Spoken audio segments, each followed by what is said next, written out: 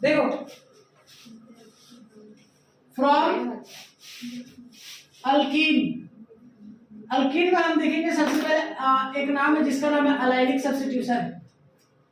Allylic substitution क्या नाम है? Allylic substitution. देखिए अलाइलिक सब्स्टिट्यूशन का मतलब क्या होता है, या हम इसको कह सकते हैं कि आगे हम पढ़ेंगे तो बेंजाइलिक सब्स्टिट्यूशन।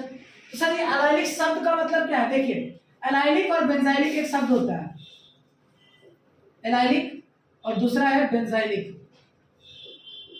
अलाइलिक का मतलब होता है डबल बॉन्ड से कनेक्टेड कार्बन, डबल बॉन्ड से connected sp3 carbon.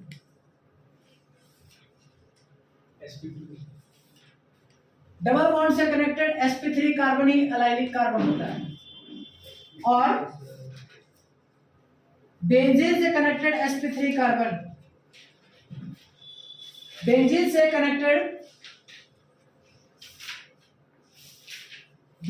Connected sp3 carbon. या हम यहाँ पर एक और बात कर सकते हैं, डबल बॉन्ड की जगह लिख सकते हैं sp2 से कनेक्टेड, या ऐसे लिखो डबल बॉन्ड से कनेक्टेड कार्बन ही, ठीक है, वो बेटर होगा। जैसे फॉर एग्जांपल, एक एग्जांपल के तौर पर हम समझने की कोशिश करते हैं कि मान लें हमारे पास यहाँ पर डबल बॉन्ड लिखा हुआ है, यहाँ पर लिखा हुआ है C डबल बॉन्ड O और यहाँ लिखा है CH3 और यहाँ पर लिखा हुआ है CH3। तो पूछा जा रहा है क्या ये एलाइलिक कार्बन होगा, क्या ये एलाइलिक कार्बन होगा? तो डबल बॉन्ड से कनेक्टेड जो कार्बन होना चाहिए उसका हाइब्रिडाइजेशन क्या होना चाहिए? sp3 होना चाहिए। इसका जो हाइब्रिडाइजेशन ये क्या है? sp2 है। कैसे सर? देखिए 1 सिग्मा 2 सिग्मा और 3 सिग्मा, तो इसका हाइब्रिडाइजेशन हो जाएगा sp2। 3 सिग्मा का मतलब sp2, तो ये कार्बन जो होगा वो एलाइलिक कार्बन नहीं होगा। एलाइलिक कार्बन होने के लिए कंडीशन क्या है कि डबल बॉन्ड से जो डबल बॉन्ड से कनेक्टेड कार्बन है इसका हाइब्रिडाइजेशन sp3 होना चाहिए। देखिए 1 सिग्मा 3 हाइड्रोजन यानी 3 सिग्मा, टोटल सिग्मा 4 यानी sp3, तो ये कार्बन क्या हो जाएगा? एलाइलिक कार्बन हो जाएगा। तो एलाइलिक सब्स्टिट्यूशन में क्या होता है? सब्स्टिट्यूशन लिखा हुआ है। सब्स्टिट्यूशन का मतलब क्या है? किसी चीज को हटा करके किसी चीज को लाना। जैसे मान लो सब्स्टिट्यूशन का मतलब क्या है? किसी चीज को हटा करके किसी चीज को लाना। पुराने सिलेबस को हटा करके नए सिलेबस लाना, क्या हो गया? सब्स्टिट्यूशन। साइंस पढ़ा रहे थे, एसएसटी पढ़ा रहे थे, क्या हमने सिर्फ साइंस ले लिया तो क्या हो गया? किसी की जगह पर किसी चीज को करना, दैट इज कॉल्ड सब्स्टिट्यूशन। तो देखिए सब्स्टिट्यूशन में जो होगा, हम देख लिए कि एलाइलिक, अब बेंजीन, जैसे मान लो ये हमारा बेंजीन है, इस बेंजीन से कनेक्टेड कार्बन के पास बेंजीन से sp3 कनेक्टेड कार्बन होना चाहिए। जैसे हमने लिखा यहाँ CH3, यहाँ लिख देते हैं C double bond O H, यहाँ लिख देते हैं C double bond O CH3। तो बताना है कि इनमें से कौन सा कार्बन एलाइलिक कार्बन है। तो एलाइलिक कार्बन होने के लिए बेंजीन से कनेक्टेड कार्बन के पास हाइब्रिडाइजेशन sp3 इसी में है से। इसमें देखेंगे तो इसमें हो जाएगा sp2 और इसमें भी हो जाएगा sp2, तो ये दोनों एलाइलिक नहीं होगा, एलाइलिक बेंजाइलिक नहीं होगा। अगर बेंजीन से कनेक्टेड कार्बन है तो बेंजाइलिक, और डबल बॉन्ड से कनेक्टेड कार्बन तो क्या हो जाएगा? एलाइलिक। कंडीशन क्या है? sp3 होना चाहिए। ओके, इसमें हम 2 चीजें कराएंगे। इसमें हम 2 चीजें कराते हैं, पहले कराते हैं ब्रोमिनेशन और दूसरा कराएंगे क्लोरीनेशन। क्लोरीनेशन, अब ऐसा कुछ रिएजेंट लिखा होगा जिस रिएजेंट की वजह से हम ब्रोमिनेशन कराएंगे और कुछ रिएजेंट लिखा होगा जिसकी वजह से हम क्लोरीनेशन कराएंगे। क्लोरीनेशन कराना है, ब्रोमिनेशन कराना है, तो कौन सा रिएजेंट लिखा होगा? देखिए जरा ध्यान से। अगर ब्रोमिनेशन कराना है तो ब्रोमिनेशन में लिखा होगा Br2HU। देखो लोग गड़बड़ में फंस जाते हैं, सर अभी तो पहले आप ये वाला Br2H में बोरॉन यूज कर चुके हैं, पिछले वाले में कराए थे ना, बट वो अल्केन में था। अल्कीन में होगा और अल्केन में होगा तो फर्क क्या है अभी बताएंगे। यहाँ पे लिख सकते हैं Cl2 500 डिग्री सेल्सियस, ठीक है। दूसरा क्या लिख सकते हैं? यहाँ पे लिख सकते हैं NBS। NBS का full form new Bombay sweets नहीं होता है, NBS का फुल फॉर्म होता है N ब्रोमो सक्सीनामाइड। सक्सीनामाइड देखिए कैसा दिखता है, N ब्रोमो सक्सीनामाइड। क्या लिखा हुआ है? अमाइड है ना, N ब्रोमो है, यानी N पे क्या लगा होगा? Br लगा होगा, और क्या लिखा है? सक्सीनामाइड। तो देखिए ऐसा कुछ होगा, जैसा फिल्म में सुना है ना, सीरियल वगैरह में तो सुना ही होगा सक्सेना, ठीक है, ओरिजिनल में तो आप नहीं सुने, ठीक है। एन ब्रोमो सक्सिनामाइड, इसका नाम हो जाएगा एन ब्रोमो सक्सिनामाइड। क्लियर है?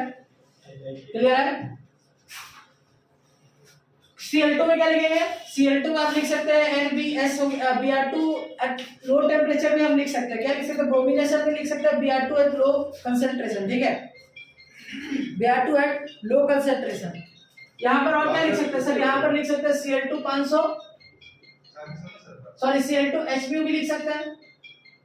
यहाँ पर क्या लिख सकते हैं? यहाँ पर लिखा हो सकता है Br2 at low concentration, low concentration, ठीक है। क्लोरीनेशन में और क्या करा सकते हैं? क्लोरीनेशन में हम लिख सकते हैं TbOCl। देखिए क्लोरीनेशन में क्या करा सकते हैं? TbUOCl। इसका नाम क्या होता है? इसका नाम होता है टर्सरी ब्यूटाइल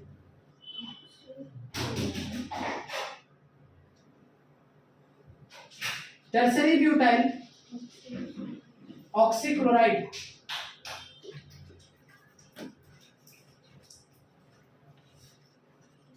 ठीक है, tertiary butyl oxychloride, tertiary butyl oxychloride, ठीक है ना। देखिए कैसे दिखता है टर्सरी ब्यूटाइल। टर्सरी ब्यूटाइल का मतलब है 4 कार्बन होगा और इसमें कितना होगा?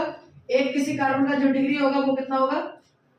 ऐसा होगा, टर्सरी ब्यूटाइल ऑक्सीक्लोराइड। अब होता क्या समझिएगा, जब ये रिएजेंट यूज करेंगे तो इसका जो बॉन्ड है फ्री रेडिकली ब्रेक होगा और यहाँ से क्या निकलेगा? Br रेडिकल निकलेगा।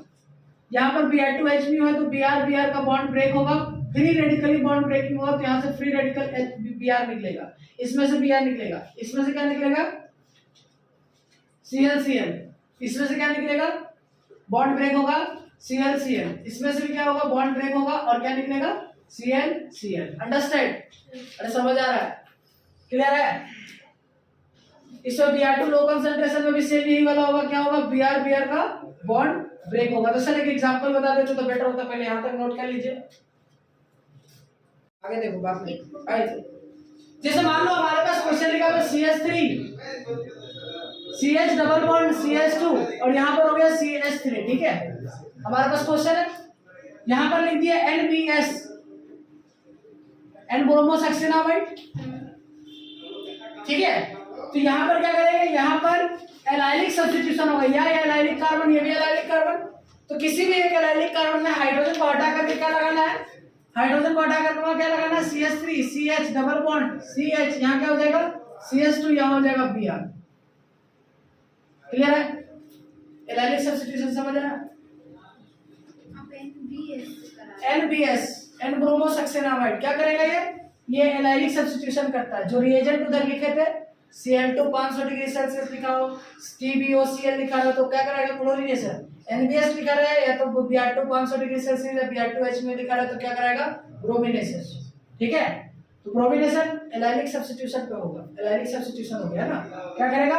एलाइलिक कार्बन में से हटा करके क्या जोड़ देगा? Br जोड़ देगा। क्लियर है? समझ आया? चलिए अगर मान लो यहाँ पर ऐसा कुछ लिखा हुआ, देखिएगा यहाँ पर ऐसा कुछ लिखा हुआ, यहाँ पर डबल बॉन्ड और यहाँ पर ऐसे लिखा हुआ, यहाँ पर लिख दिया NBS, तो क्या होगा? सर ये डबल बॉन्ड कार्बन है और से देखो डबल बॉन्ड कार्बन से कनेक्टेड कार्बन के पास हाइड्रोजन है, तो यहाँ से हाइड्रोजन हटा करके क्या लगाएगा? सर एक प्रोडक्ट हमारा कुछ ऐसा बनेगा और दूसरा प्रोडक्ट हमारा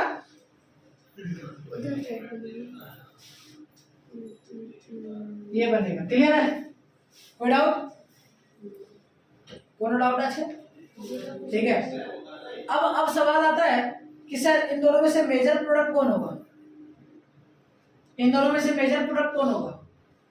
क्या दोनों बराबर होगा कि किसी में ज्यादा किसी में कम होगा? देखो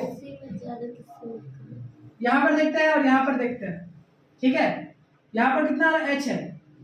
2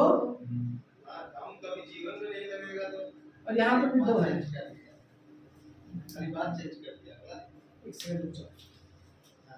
देखो तो मेजर प्रोडक्ट कैसे फाइंड करेंगे समझिएगा। देखो इसमें हमने क्या देखा? इसमें हमारा जो है वो 2 प्रोडक्ट का फॉर्मेशन होगा। तो देखो सबसे पहले अगर इस हाइड्रोजन वाले बॉन्ड को ब्रेक करें तो फ्री रेडिकल हमारा कैसा बनेगा? देखो तो ऐसा बनेगा फ्री रेडिकल, और ये वाला बॉन्ड को ब्रेक करेंगे तो कैसा फ्री रेडिकल बनेगा?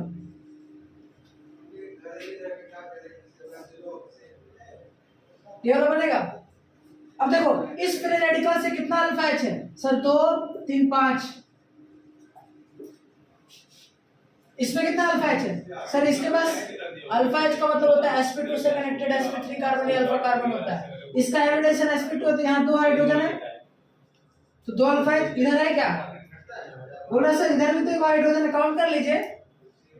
क्यों नहीं काउंट करेंगे, इसमें sp2 है, sp2 अल्फा नहीं होता है, sp3 वाला अल्फा होता है, तो यहाँ पर 2 अल्फा एच है। अब जो 5 अल्फा एच से जो ब्रोमिनेशन वाला बनेगा वो क्या होगा, जितना ज्यादा अल्फा एच होगा वही वाला मेजर प्रोडक्ट होगा, तो इससे जो बनने वाला प्रोडक्ट होगा वो क्या हो जाएगा,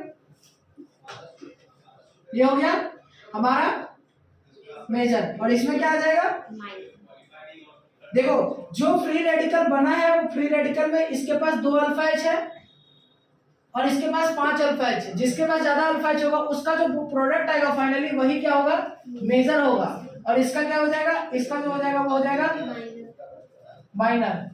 बुझ गए, समझ आया, चलिए नोट करिए। देखिए अल्कीन में ही अगला देखते हैं, अल्कीन का second number reaction with HBr, reaction with HBr and HBr peroxide। या HX रिएक्शन विद HX लिखिए और HBr peroxide, ठीक है। इसको वो ध्यान से समझिएगा क्योंकि ये बोर्ड एग्जाम में आ सकता है, क्योंकि यहाँ पर एक रूल लगता है जिसका नाम है मार्कोनिकोव रूल्स और एंटी मार्कोनिकोव रूल्स, ठीक है। तो होता क्या समझिए, जैसे अगर मान लो कोई अल्कीन लेता है, ले लेते हैं RCH, ऐसे RCH डबल बॉन्ड CH2 यहाँ पर रिएक्शन करा रहे HX के साथ में।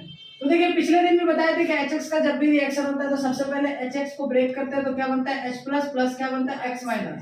H प्लस हो गया इलेक्ट्रोफाइल, X माइनस हो गया न्यूक्लियोफाइल, ये बात पिछले दिन भी बता चुके हैं। तो ना सबसे पहले इलेक्ट्रोफाइल का अटैक होगा, H प्लस आएगा, ये बॉन्ड इधर शिफ्ट होगा और यहाँ पर कार्बोकेटाइन बनेगा RCH ट्रिपल बॉन्ड CH3, ये कार्बोकेटाइन बना।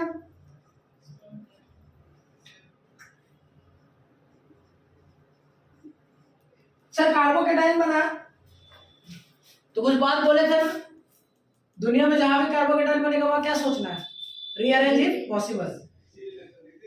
अब इसके बाद रीअरेंज करना है, रीअरेंज करने के बाद एक बार रीअरेंज कर लेना, यहाँ पर लिख लो, यहाँ पर लिख लेना क्या है कि rearrange if possible, rearrange if possible.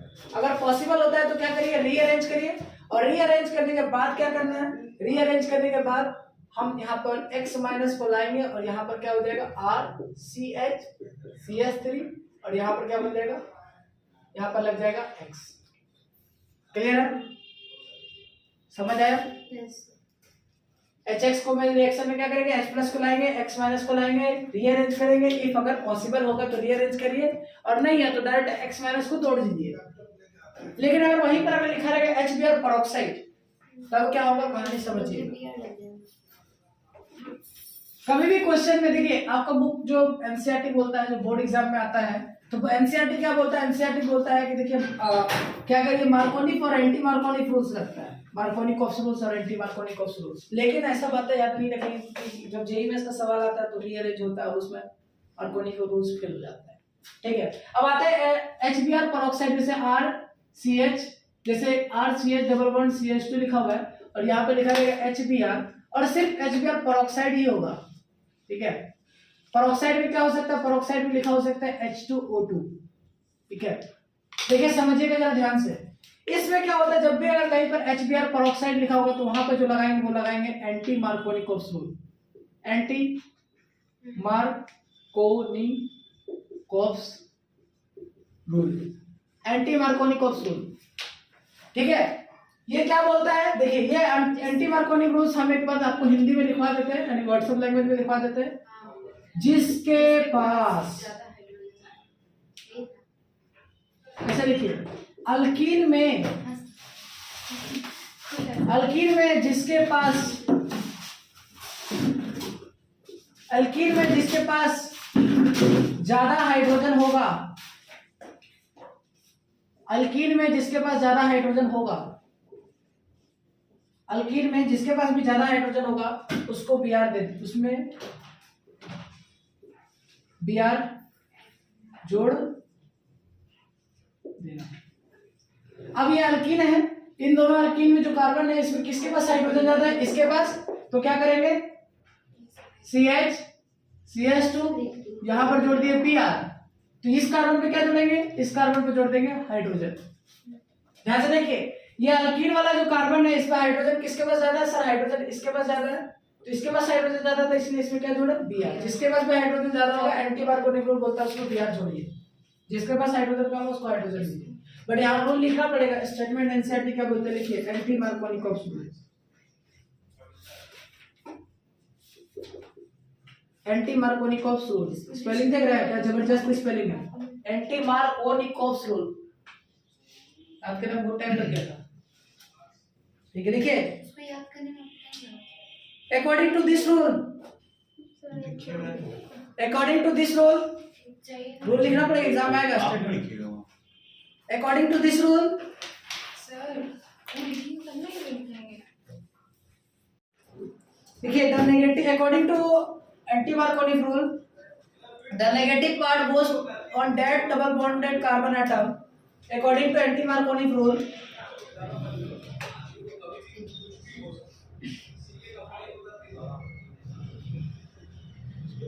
according to anti-Marconicoff's rule, according to anti-Marconicoff's rule, the negative part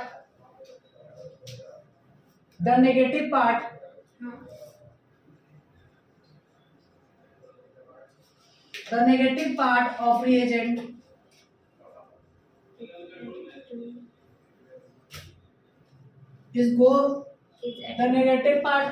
reagent is added to that double bonded carbon,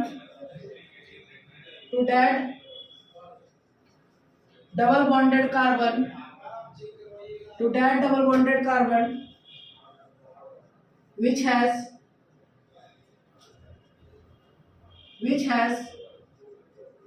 less number of the negative part of the reagent is added to this carbon which has more number of hydrogen.